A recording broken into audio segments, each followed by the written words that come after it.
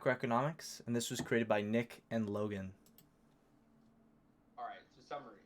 The low budget team, the Oakland A's, lose in the American League Division Series and take a massive hit after losing their star players.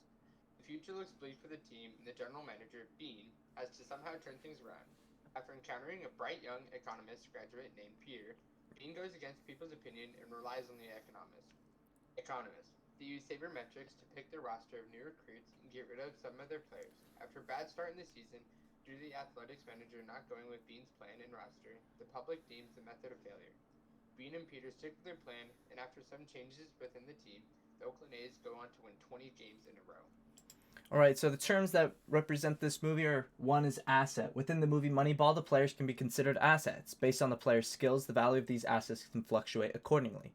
Some players, like Johnny Damon in the beginning of the movie, costed the teams over $7 million as he was one of the star players. Later in the movie, though, they hired Hattenberg, on the other hand, and he was $950,000. This shows what assets can be and how different assets can amount to different amount of money. For example, throughout this movie, we see undervalued and overvalued players that were assets. Bean and Peter's systems was able to work as they were able to buy a lot of the undervalued assets rather than one or two of the overvalued ones. Our next term was specialization of labor. This movie showcases specialization of labor through all of the players that Bean wanted to recruit. Rather than wanting a superstar that was good all around the field, Bean wanted to recruit players that were specialized in specific areas on the field. For example, Bean wanted to recruit any player that was specialized in getting high on-base percentages. Bean thought if he could get multiple players with high on-base percentages, then he could produce a high-performing team on a low-budget salary. Being able to have players that were specialized in specific rather than general aspects helped lead them to their 20-game win streak. They focused their work effort on a single task of getting on base.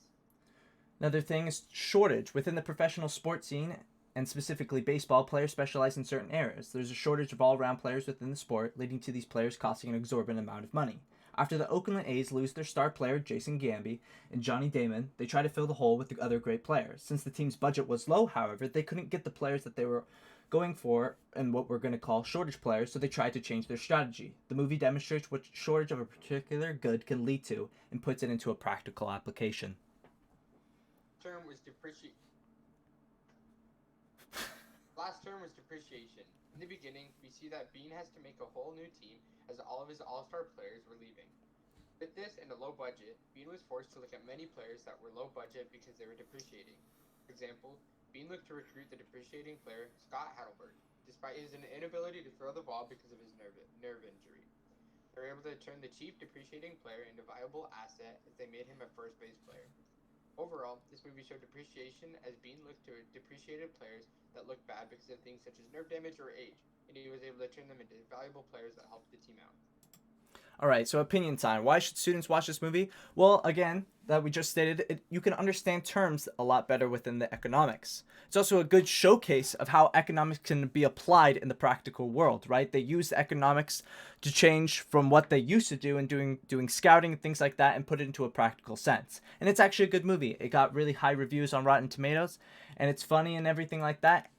Like I say here, and what I like about the movie, it's funny, it's witty. There's some moments where I actually laughed about it. And it also shows some good lessons like perseverance, right? They got put down in the very beginning, but they persevered and it paid off in the long run. And it brings somewhat of a boring topic into an interesting format. When you think of Econ as a movie, you don't think, wow, that's going to be an interesting movie. But with their funny and entertaining format, it was really good.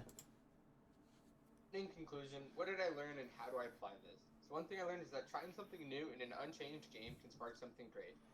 For example, B didn't know if their plan would work or not, but it was their only option to try something new, and in the end it worked out and changed the game for baseball for years to come as many managers continued to follow this winning strategy. Another lesson is listening to others can open a world of new possibilities. Throughout the movie, the athletic manager continued to not listen to Bean and his strategy. This ended up hurting the team in the beginning of the season. Towards the end of the season, they listened to their plan and were able to turn it around and win 20 games straight. And lastly, don't judge a book by its cover. Although this may seem cliche, I learned that throughout the movie, managers skipped over players because of the price tag and limitations they had on them, such as age or nerve damage, when in the end, they turned out to be key players to the team's success. In conclusion, this movie taught us a lot about economics, and I recommend you watch this movie too. Woo! Alright, so that was